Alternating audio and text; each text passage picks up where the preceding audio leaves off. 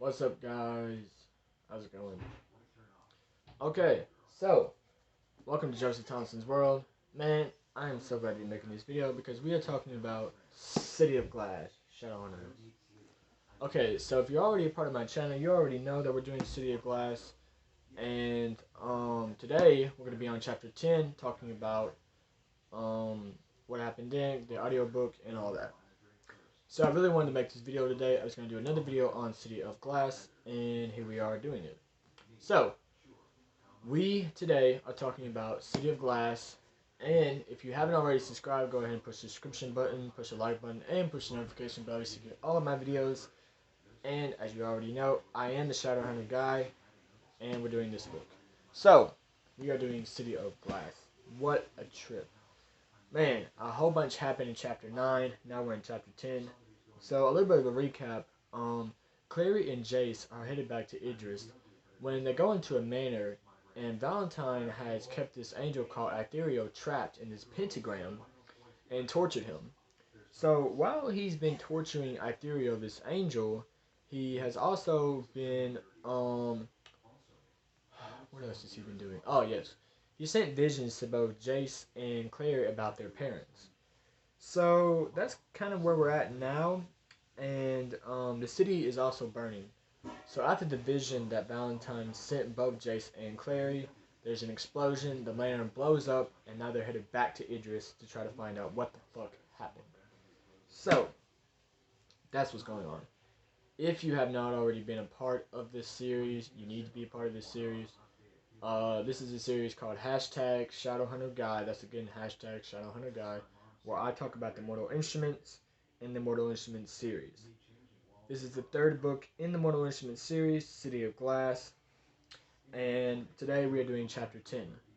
So, I'm going to start from the beginning and see how far we get today. I really wanted to get to 200 pages today, which I did. Now I'm on 220, and we're going to try and see if we can get to chapter 11. So, let's dive right into City of Glass.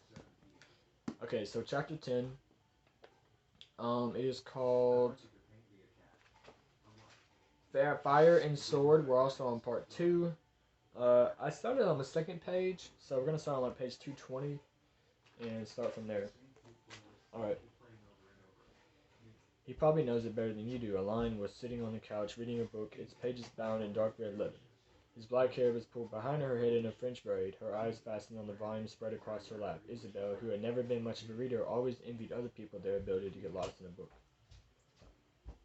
There were a lot of things she once would have envied Aline for. Being small and delicately pretty, for one thing, not Amazonian, and so tall in heels she towered over almost every boy she met. But then again, it was only recently that Isabel had realized other girls weren't just for envying, avoiding, or disliking. He lived in Idris until he was 10. You guys have only visited a few times. Isabel raised her hand to her throat with a frown. The ruby pendant slung on the chain around her neck had given a sudden sharp pulse, but it normally only pulsed in the presence of demons, and they were in Alicante. There was no way there were demons nearby. Maybe the pendant was malfunctioning. I don't think he's wandering around anyway. I think it's pretty obvious where he went, Isabel responded. Alec raised his eyes. You think he went to see Clary? Is she still here? I thought she was supposed to be going back to New York. Aline let her book fall closed. Where is Jason's sister staying anyway? Isabel shrugged. Asked him, he said, cutting her eyes towards Sebastian. Sebastian was sprawled on the couch opposite Aline. He had a book in his hand too, and his dark head was bent over it. He raised his eyes as if he could feel Isabel's gaze on him. Were you talking about me? He asked mildly. Everything about Sebastian was mild, Isabel thought with a twinge of annoyance. She's been impressed by his looks at first. Those sharply planned cheekbones and those black, fathomless eyes. But his affable, sympathetic personality grated on her now. She didn't like boys who looked as if they never got mad about anything. In Isabel's words, rage equaled passion equaled a good time. What are you reading? She asked, more sharply than she meant to. Is that one of Max's comic books? Yep, Sebastian looked down at the copy of Angel Sanctuary balanced on the sofa's arm. I like the pictures. Isabel blew out an exasperated breath. Shooting her look, Alex said, Sebastian, earlier today. Does Jace know where you went? You mean that I was out with Clary? Sebastian looked amused. Look, it's not a secret. I would have told Jace if I'd seen him since. I don't see why he would care. Elaine put her book aside and edged to her voice. It's not like Sebastian did anything wrong. So what if he wants to show Clarissa some of Idris before she goes home? Jace ought to be pleased his sister isn't sitting around bored and annoyed. You can be very protective, Alex said after a slight hesitation. Elaine frowned. He should back off. It can't be good for her being so overprotective. The look on her face when she walked in on us, it was like she'd never seen anyone kissing before. I mean, who knows? Maybe she hasn't. She has, Isabel said, thinking of the way Jace had kissed Clary in the Sealy court. It wasn't something she liked to think about.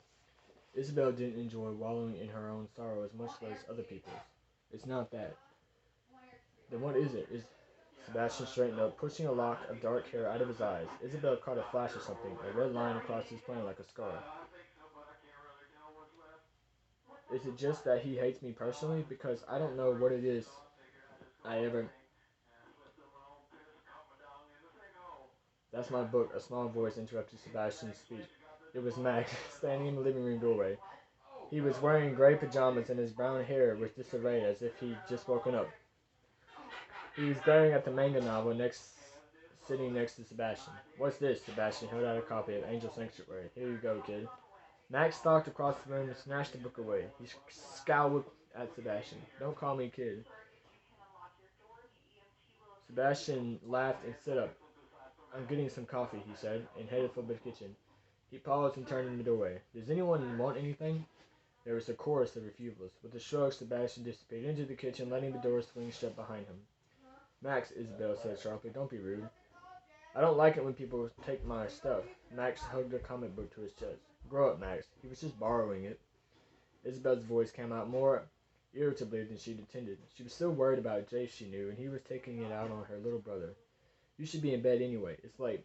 There were noises up on the hill. They woke me up. Max blinked out his glasses. Everything was pretty much a blur to him. Isabel? The questioning note in his voice got her attention. Isabel turned away from the window. What? Do people ever climb the demon tower, like, for any reason? Elaine looked up. Climb the demon towers? She laughed. No one ever does that. It's totally illegal for one thing, and besides, why would you want to? Elaine, Isabel thought, did not have much imagination. She herself could think of lots of reasons why someone might want to climb the demon towers, if only to spit gum down on passerbyers below. Max was frowning. But somehow did. I know I saw. Whatever you think you saw, you probably dreamed it, Isabel told him. Max's face creased. Sensing a potential meltdown, Alex stood up and held out a hand. Come on, Max, he said, not without affection. Let's get you back to bed. We should all go to bed, Elaine said, standing up. She came over to the window beside Isabel and drew the curtains firmly shut. It's already almost midnight. Who knows when they'll get back from the council? There's no point saying. The pendant at Isabel's throat pulsed against her opening in the window. Elaine was standing in front of the shattered inward. Elaine screamed as hands reached through the gaping holes. Not hands, really, Isabel saw with the clarity of shock, but huge, scaled claws streaked with blood and blackish fluids. They seized Elaine, yanked her through the smashed window before she could even utter a second scream. Wow. So Elaine has now been captured by a demon. And we have no idea what this thing is until now. This book is more crazy and crazier. This is why this book is so good. Because there's constantly something going on, and there's constantly an action scene. You never miss a moment in the Shadowhunters, I gotta tell